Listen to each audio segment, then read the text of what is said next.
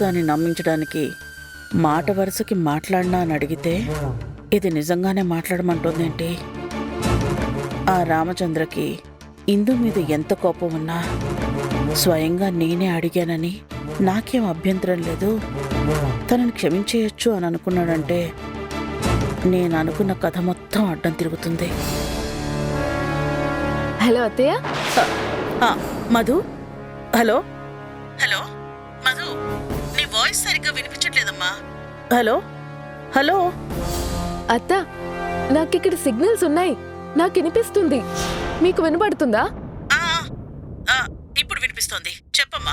మీరిప్పుడు మాట్లాడతారా అత్తయ్య నాన్నతో? నేను మాట్లాడతా, ప్రాబ్లమేం లేదు.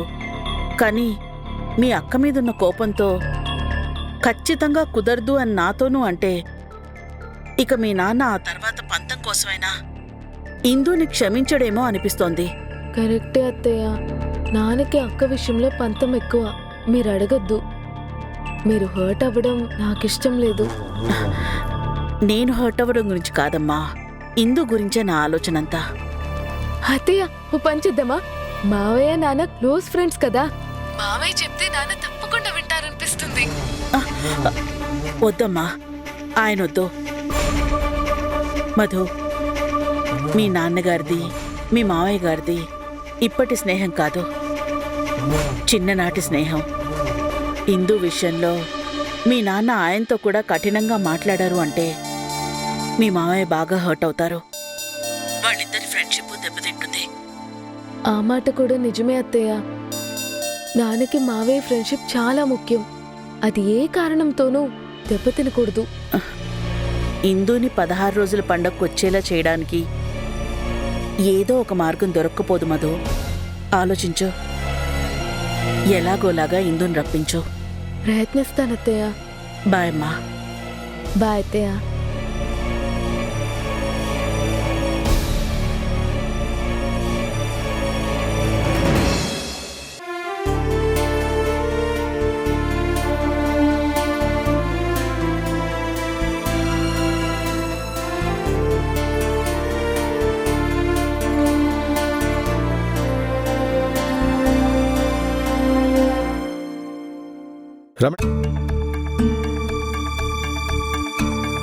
అమ్మా, ఒకసారి మీ కోడల్ని పిల్లమ్మా. ఈ మధ్యలో నాకు ఈ రాయబారం పనులేంట్రా? ఏ నీకు నోరు లేదా, దానికి చెవులు లేవా? రమణే. వస్తున్నానండి. 16 రోజుల పండగ తంతు పూర్తి చేయడానికి కావాల్సిన లిస్ట్ ప్రిపేర్ చేయాలి. ఏమేం కావాలో చెప్పు. పసుపు కుంకుమ రాశాను, తర్వాత ఏం కావాలో లిస్ట్ చెప్తే రాస్తాను. పసుపు కొమ్ములు, కుంకుమ భరణి, తమలపాకులు, వక్కలు, ముత్తైదువులకి వాయనం ఇవ్వడానికి జాకెట్ పీసులు, పళ్ళు, వాయనం ఇవ్వడానికి అట్టిపళ్ళు సపరేట్గా రాసుకోండి. అమ్మాయికి పూలు, అలాగే వాయనంలో పెట్టడానికి పూలు.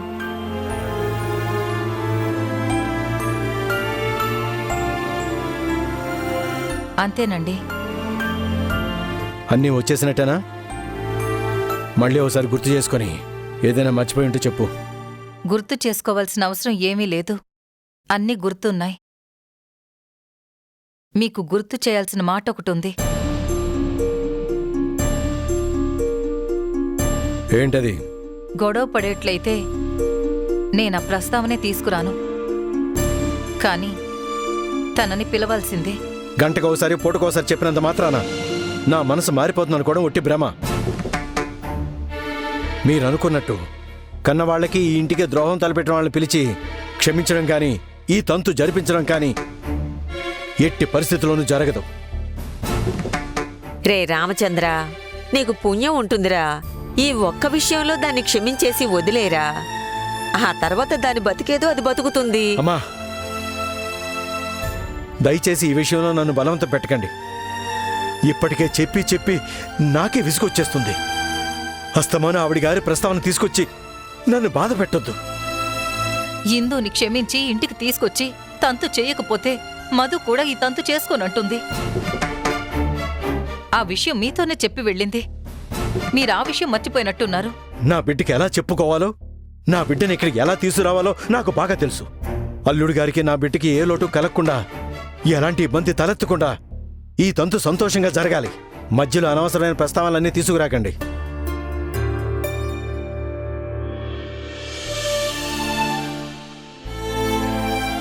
నేను వెళ్ళొస్తానమ్మా. అత్తయ్య, ఈ 16 రోజుల తంతు విషయంలో ఒక బిడ్డను బాధ పెడుతూ మరో బిడ్డకి సంతోషంగా జరిపించాలంటే ఎలా కుదురుతుంది చెప్పండి? నేను అర్థం చేసుకోగలనే నీ బాధ. కన్న తల్లిగా నువ్వెంత వేదన అనుభవిస్తుంటావో నాకు అర్థం అవుతూనే ఉంది. కానీ వాడు పెంచుకున్న నమ్మకం వమ్మైపోయేసరికి వాడిలా అయిపోయాడు. సర్లే, వాడికిష్టం లేదని చెప్పి మనం అన్నింటికీ కూడా వాడికి అనుకూలంగా ఆలోచిస్తూ కూర్చుంటే కుదరదు. గాని ఒక పని చెయ్యి. మధు ఇందు అడ్రస్ ఇచ్చి వెళ్ళింది కదా, నువ్వు వెళ్ళి ఇందుకి బొట్టు పెట్టి పిలిచిరా. ఏమంటున్నారు అత్తయ్య? ఈ అత్తయ్యే చెప్తుంది. నేను చెప్పినట్టు చేయి. ఈ విషయం వాడికేం చెప్పొద్దు. నువ్వు వెళ్ళి నీ కూతుర్ని పెద్దల్లుణ్ణి కలిసి మాట్లాడి వాళ్ళింట్లో వాళ్ళకు కూడా చెప్పిరా. ఎలా అయినా సరే వాళ్ళని రమ్మనమని చెప్పు. ఇక్కడ నలుగురు ఉంటారు కాబట్టి అందరూ మాట్లాడి వీడికి ఏదో ఒకటి సర్ది చెప్పి వీణ్ణి ఒప్పిద్దాం. తర్వాత ఈయనకి తెలిస్తే? వాడికి ఏం చెప్పొద్దని నేనే చెప్తున్నాను కదా, నువ్వేం చెప్పొద్దు. లేదత్తయ్యా, ఇంతవరకు ఆయనకి తెలియకుండా చెప్పకుండా నేనే పని చేయలేదు. ఇప్పుడిలా చెయ్యాలంటే నాకు భయంగా ఉంది.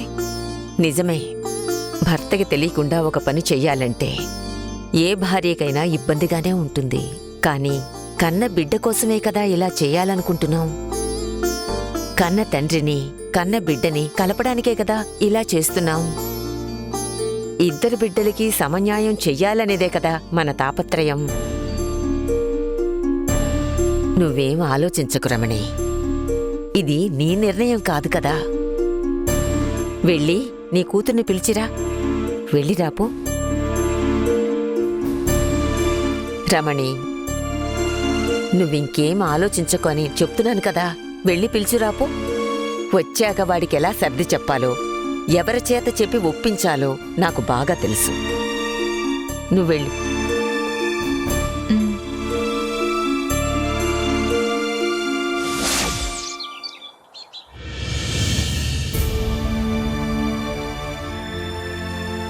అక్క డైరెక్ట్గా నాన్న ముందుకొచ్చి క్షమించమని అడిగితే కనీసం అక్కను చూసైనా నాన్న కరుగుతారేమో.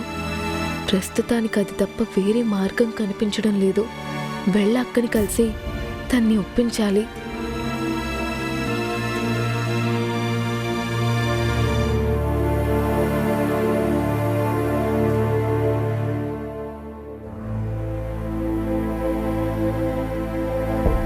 Come in.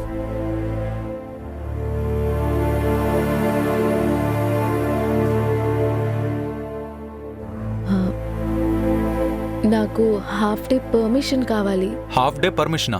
దేనికి? మా అక్క ఇందుని కలవడానికి వెళ్ళాలి. 16 రోజుల పండుగకి అక్కని కూడా ఇంటికి తీసుకురావాలి. పొద్దున వెళ్ళి నాన్నతో మాట్లాడాను. నాన్న అస్సలు ఒప్పుకోవడం లేదు. తను పెళ్లి నుండి పారిపోయేసరికి ఇంట్లో ఒప్పుకోలేదు. తన మీద చాలా కోపంగా ఉన్నారు. ఇందుని తీసుకొస్తే తన పరిస్థితుల్లో ఎందుకలా చేయాల్సి వచ్చిందో తన తరపున జరిగింది చెప్పుకుంటుంది కదా. అందుకే ఒకసారి మా అక్క వాళ్ళ ఇంటికి వెళ్ళి మాట్లాడొద్దామని. మీకు వర్క్ అప్పగించాను కదండి, అది పూర్తయిందా? లేదు, పోస్ట్ లంచ్ ప్రమోషన్ డిపార్ట్మెంట్తో మీటింగ్ ఉంది. మీటింగ్ అయ్యాక ఈవినింగ్ కల్లా మీకు అప్డేట్ ఇస్తాను.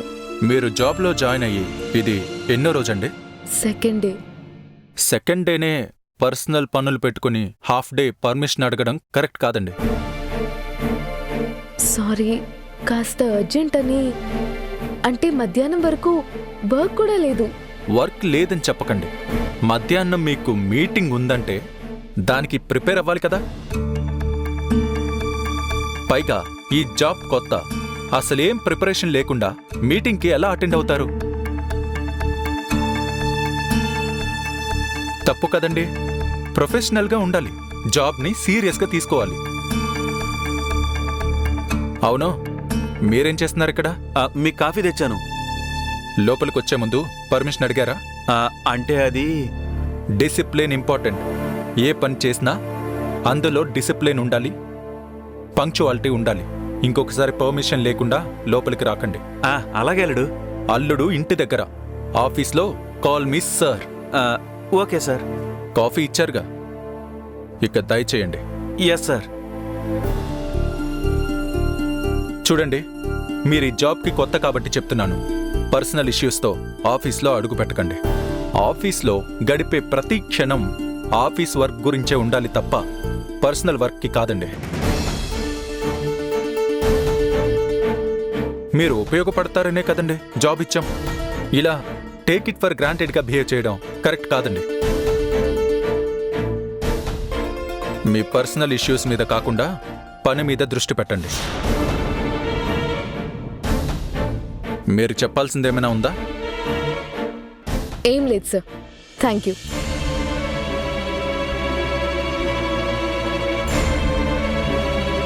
మనుషుల్ని గాయపరచాలంటే మీకు ఆయుధాలు అక్కర్లేదండి. మాటలతోనే కుళ్ళబొడిచి చంపేస్తారు. మేడం హర్ట్ అయ్యేలా అలా మాట్లాడతారా మీరు? ఇందులో హర్ట్ అవ్వడానికి ఏముందిరా? ప్రొఫెషనల్గా మాట్లాడాను.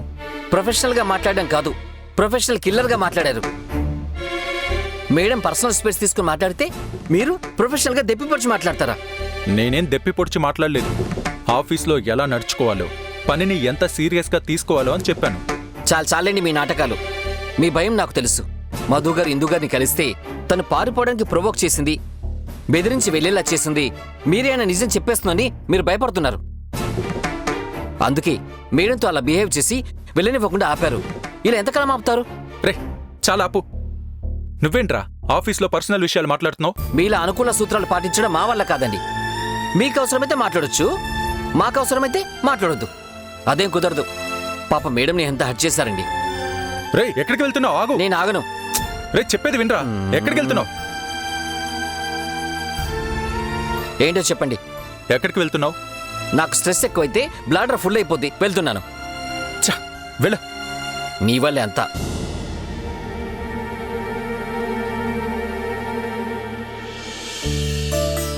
మనోడు మాటలతోనే పొడిచినంత పనిచేస్తాడు. పాప మధు మేడం బాగా హర్ట్ అయిపోయి ఉంటుంది. ఎలాగైనా మధు మేడం మూడ్ డైవర్ట్ చేయాలి.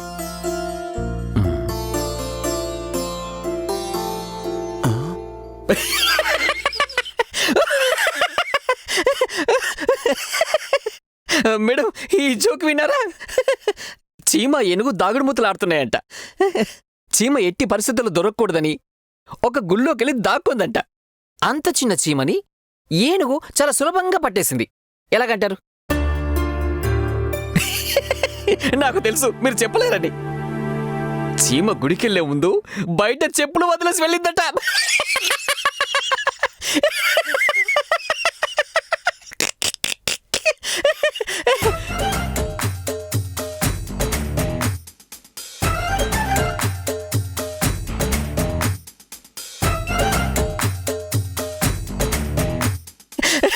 మేడం, ఇంతకన్నా ఇంకో సూపర్ జోక్ చెప్తాను. మనం ఈ ఆఫీస్లో జాయిన్ అవ్వక ముందు ఒక చీమ ఏనుగు మన ఆఫీస్లోనే పనిచేసావంట. మన బాస్ పని రాక్షసుడు కదా. టైంకి ఆఫీస్కి రాకపోతే ఎక్కడ జీతం కట్ చేస్తాడనే కంగారులో ఏనుగు చీమ హడావుడిగా బైక్ మీద ఓవర్ స్పీడ్గా వస్తుంటే యాక్సిడెంట్ అయిందంట. ఏనుగుకి లీటర్ల కొద్ది బ్లడ్ లాస్. వెంటనే తన సైకిల్ మీద పెట్టుకుని హాస్పిటల్లో జాయిన్ చేసి కాపాడేశారట. దీంతో పాటు వచ్చిన చీమకి చిన్న గాయం కూడా లేదంట.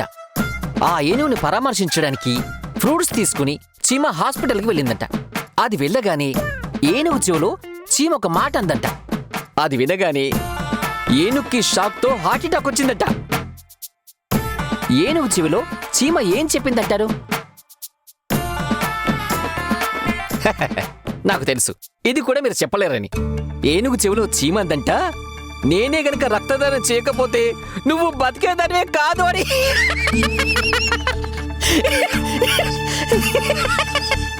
అన్నయ్య, మీరు నా మీద చూపిస్తున్న కేరింగ్ కి కన్సర్న్ కి చాలా థ్యాంక్స్. ఐఎమ్ ఓకే, మీరు వెళ్ళండి. తర్వాత ఆఫీస్ టైంలో కబుర్లేంటని సీఈఓ గారు కోప్పడతారేమో. ఆయన మాటలేం పట్టించుకోకండి మేడం.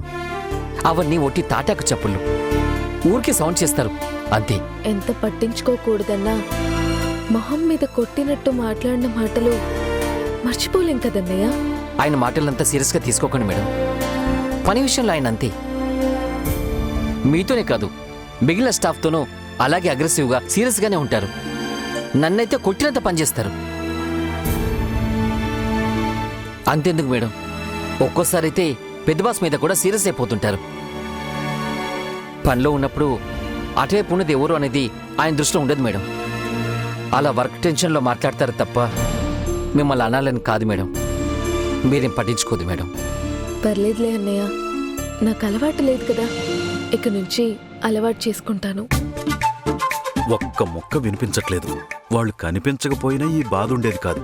వాళ్ళు కనిపిస్తున్నారు, కానీ వాళ్ళు ఏం మాట్లాడుకుంటున్నారో మాత్రం తెలియట్లేదు. అసలు ఈ గ్లాస్ డోర్లు ఎవరు కనిపెట్టారో వాళ్ళని అనాలి.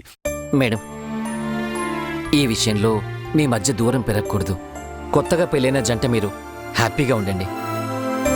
ఈ ఆఫీసులో జరిగే విషయాల్ని పర్సనల్గా తీసుకోకండి మేడం. అదేం లేదులే అన్నయ్య. మీరు తీసుకోవడం తెలుసు, అయినా మీరు బాగుండాలని అలా చెప్పాను. కాఫీ ఏమైనా తీసుకుంటారా మేడం? వద్దన్నయ్య. ఒక స్ట్రాంగ్ కాఫీ చెప్తాను, తాగండి మేడం, కొంచెం రిఫ్రెష్ అవుతారు. అయినా పెద్ద తుఫాన్ ఎదురైనా ఇలా సింపుల్గా ఎడమ చేత్తో తీసి పడేసి ధైర్యంగా నవ్వుకుంటూ వెళ్ళిపోయి మా మధు మేడం ఇవన్నీ పట్టించుకుంటుందా? అస్సలు పట్టించుకోదు. చిన్న నవ్వు నవ్వుతేనే మొహంలో అంత వెలుగొచ్చేసింది. Let's cheer up cheer up.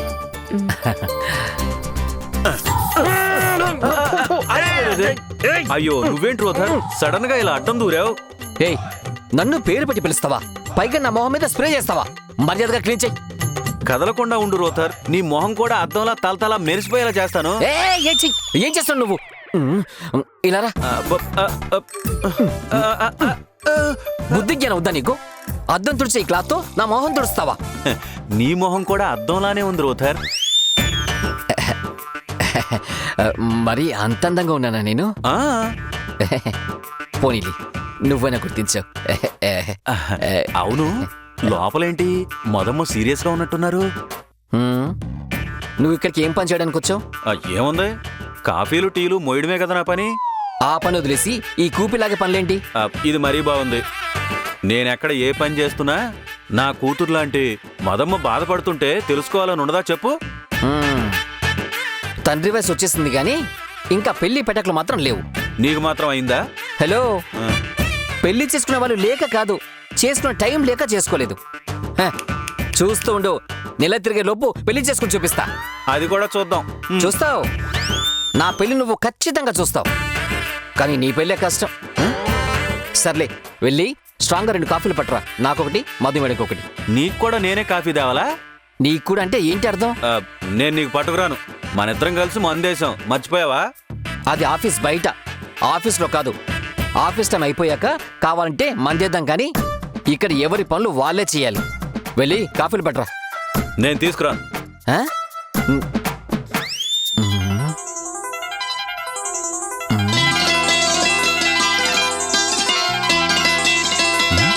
ఏంటలా చూస్తున్నావు?